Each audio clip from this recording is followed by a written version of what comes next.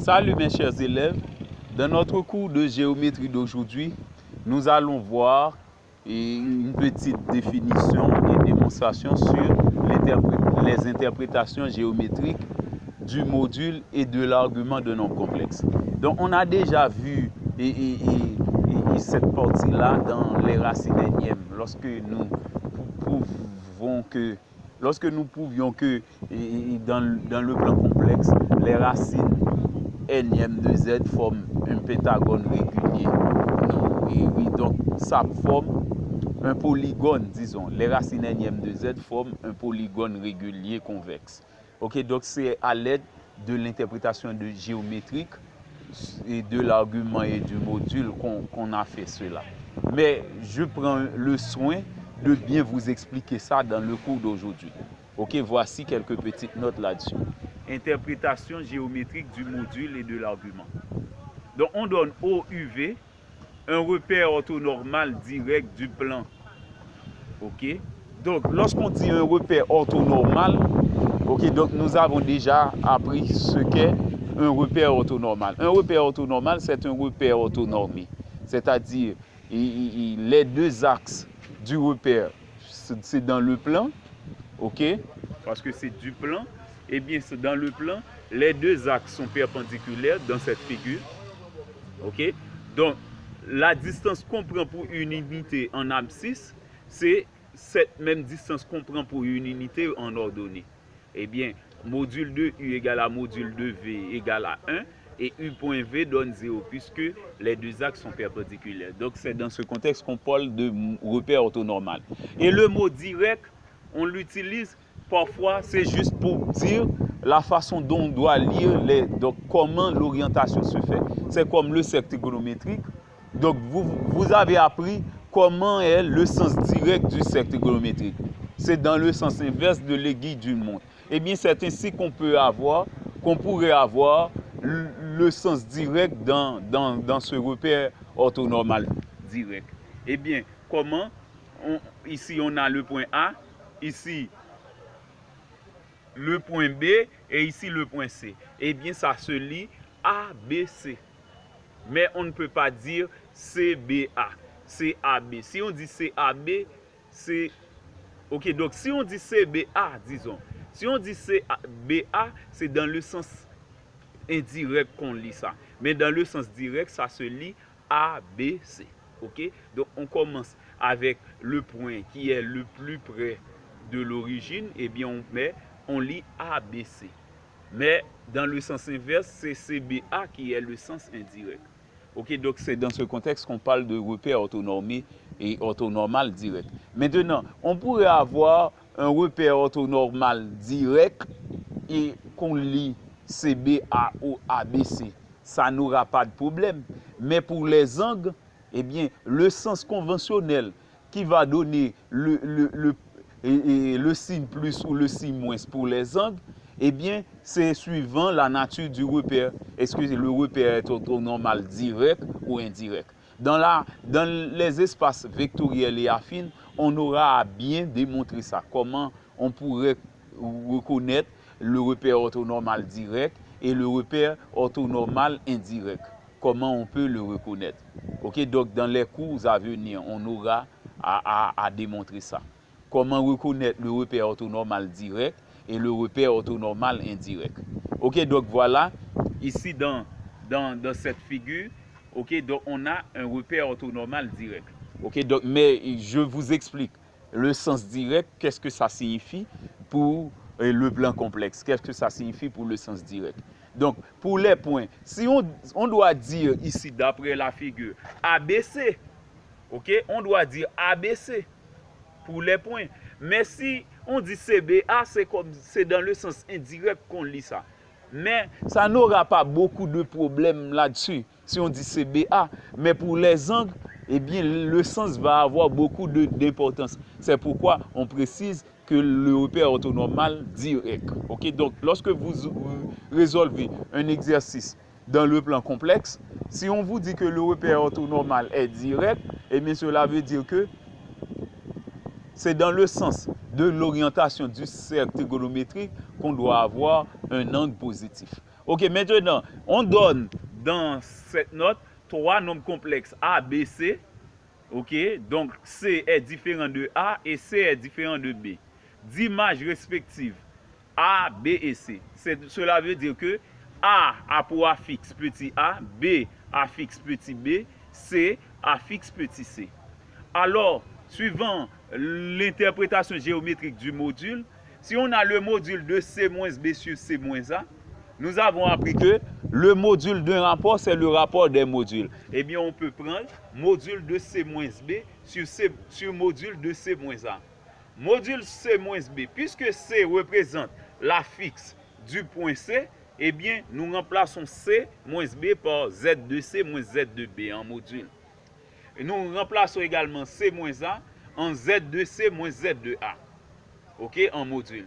Maintenant, suivant les propriétés que nous avons apprises dans les premiers cours, okay, donc lorsque nous abordions le module de nombres complexes, on a appris que lorsqu'on a Z de M' moins Z de M, ça donne Z de MM'. Et bien par conséquent, Z de C moins Z de B, c'est Z de BC en module, puisque c'était en module qu'on avait ça.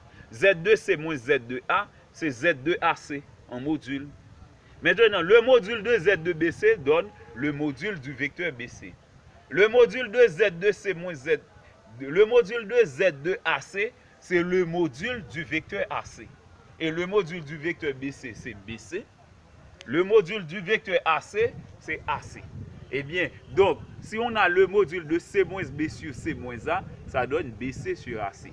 Au cas que C est différent de A et C est différent de B. Sinon, on va avoir 0 sur 0 qui n'aura pas de module. Ok, ce serait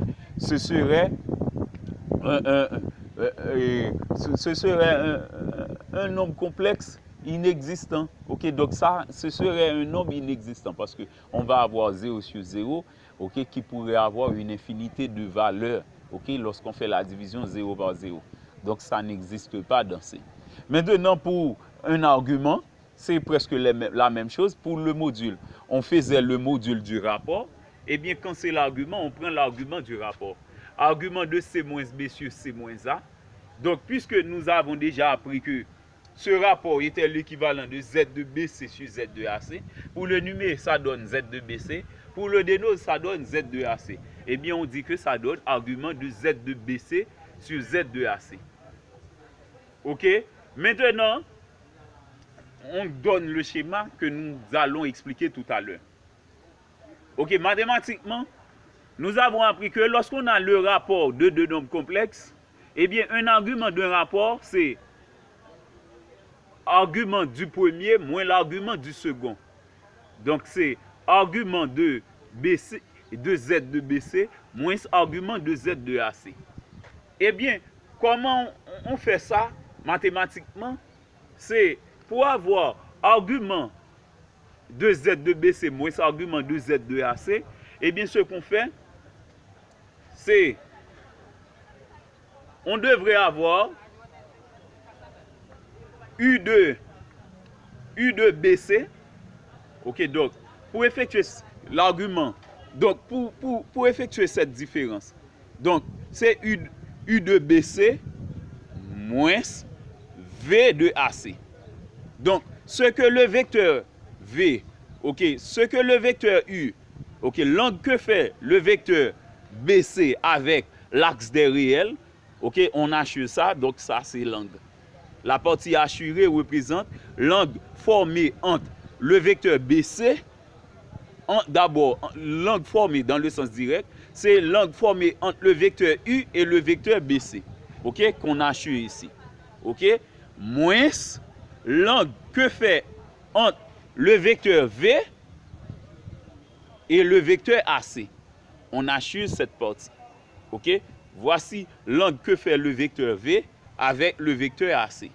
Eh bien, lorsqu'on fait cette différence, ok, on enlève ces deux secteurs angulaires là, eh bien, ce qu'il nous reste, d'après le schéma, eh bien, c'est seulement cette partie. Cette partie représente, ok, donc, cet angle qui s'oriente de cette façon.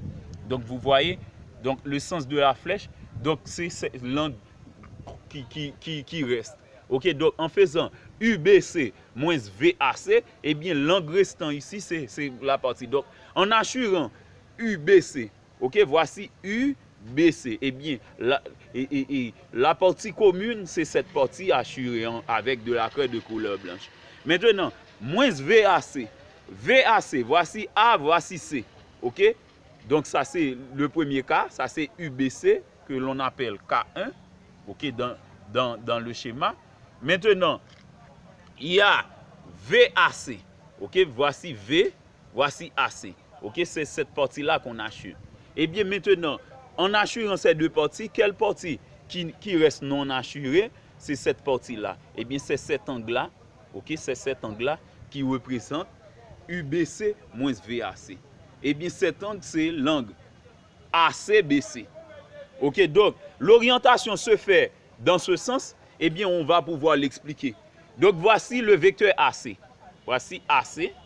Ok, et bien si on ne peut pas voir ou lire AC dans cette partie, et bien on peut prendre AC dans cette partie. Ok, par translation. Je prends AC ici, arrivé ici, je mets AC à nouveau. Eh bien, ça me donne AC dans cette partie. Et maintenant, BC. BC s'arrête ici. Eh bien, par translation, je peux mettre BC à nouveau. Eh bien, dans cette partie, je vais avoir BC. Eh bien, AC, BC, c'est cette orientation. OK, vous voyez ici, voici l'orientation. Eh bien, donc, on a deux angles. OK, donc c'est suivant l'orientation du cercle trigonométrique que ça tourne. Eh bien, c'est ce qui nous permet de voir que c'est cette orientation-là que cet angle va avoir. Ok, cet angle va avoir cette orientation parce que cet angle a cette orientation.